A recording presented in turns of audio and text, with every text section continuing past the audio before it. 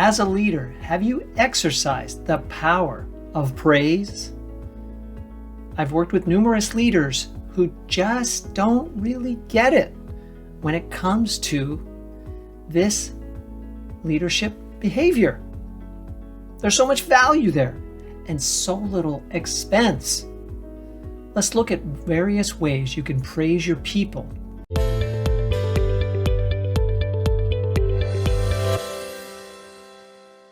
It's just the case that people who rise to higher levels of leadership often are not those who need praise along the way. It's an interesting dynamic that these people are often self-driven. They have this inner drive that continually fuels and propels them to achieve more, and achieve more. And it's not that necessary for them to get praise along the way. Is that you? You might be that type of leader. There's nothing wrong with that. It's totally okay that you don't need a lot of praise, that you don't crave it, look for it, get fueled by it. Totally fine. You're wired that way. Here's the problem. There are people that work for you who aren't wired that way, and you're overlooking their core need because it's not one of yours. This is fairly typical in leadership, that we tend to give what we need, what we expect as being important. I've been in a leadership meeting with a group of executives where they were talking about praise. And one of the leaders said, "I don't get it. Why do these people want a ribbon just for showing up to work?" And the other leader said, "I think you're exaggerating what they're actually looking for. What they're looking for is your praise for work that's well done. It's not for showing up to work." What happens here is that some leaders trivialize a person's core need for praise, whereas other leaders, the light bulb goes off. They get it. And here's what the other leader said who gets it. And it's so valuable to the person who receives it and costs you nothing. I know of very few leadership behaviors that have the same return on investment as praise. Well said. I totally agree with that. Praise costs you nothing. There isn't this limited well of praise that is depleted when you praise too much. And that's pretty rare, by the way. In all the 360s that I've done over the years, I've only seen a couple of comments related to a leader praising too much. It's almost always the opposite, that they don't praise enough, that they miss the importance of praising. What are ways that you can praise?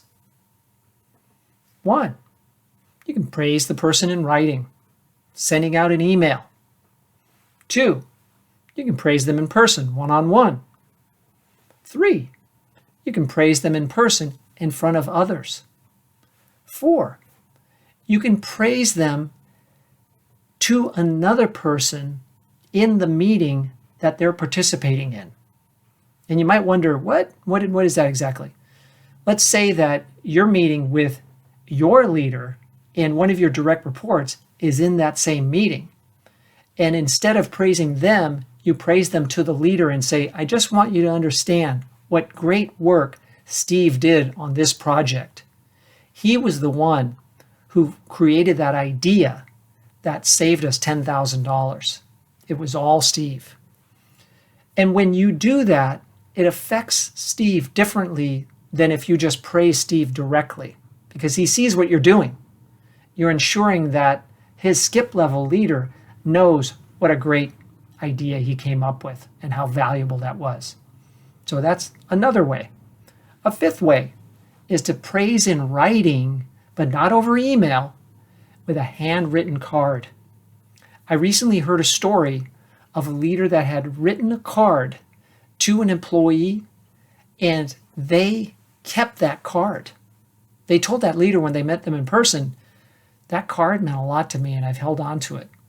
Jack Welch is famous for sending handwritten notes that people really appreciated, and they held on to them.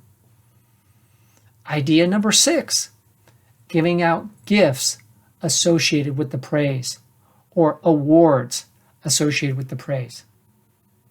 Just don't make the mistake of believing that praise should only happen at awards time.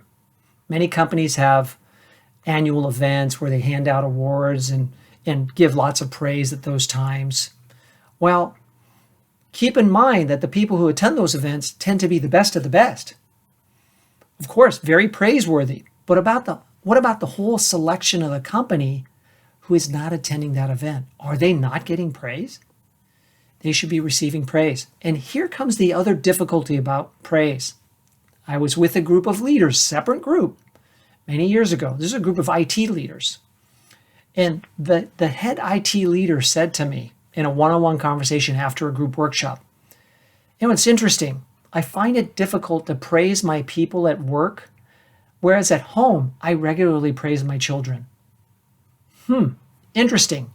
This leader thought that children needed praise and encouragement to grow their self-esteem, their confidence, to step out, take risks. And yet they felt that their own people didn't necessarily need it. Is that true? I don't think so. Other leaders have expressed to me that they find it difficult to praise except when the achievement is extraordinary, like hitting a grand slam. They find that sort of achievement easy to praise, but below that, hard. Shouldn't be hard. You can praise along the way. You don't have to wait for the grand slam to praise. What about just a great swing? Even if it was a great swing that missed, can you praise the great swing and the effort that went into it? And this takes me to the book Mindset by Carol Dweck. She talks about praising the effort, not the achievement, that creates the right behavior and attitude towards hard work, thinking out of the box, trying new approaches, and not being dispirited when things don't go well. It's just learning. That's a growth mindset. Praising the effort can really fuel that growth mindset that you want among your people. There's so much value here in this whole idea of praise. Get past the notion that it should only happen once in a while for extraordinary achievement, or that because you don't need it, others don't need it. Get past those notions and really seek to become a leader who praises regularly and create a habit out of it.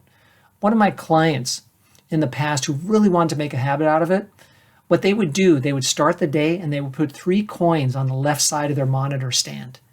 And as they had praised people throughout the day and recognized good work, they would move a coin over to the right side of the stand.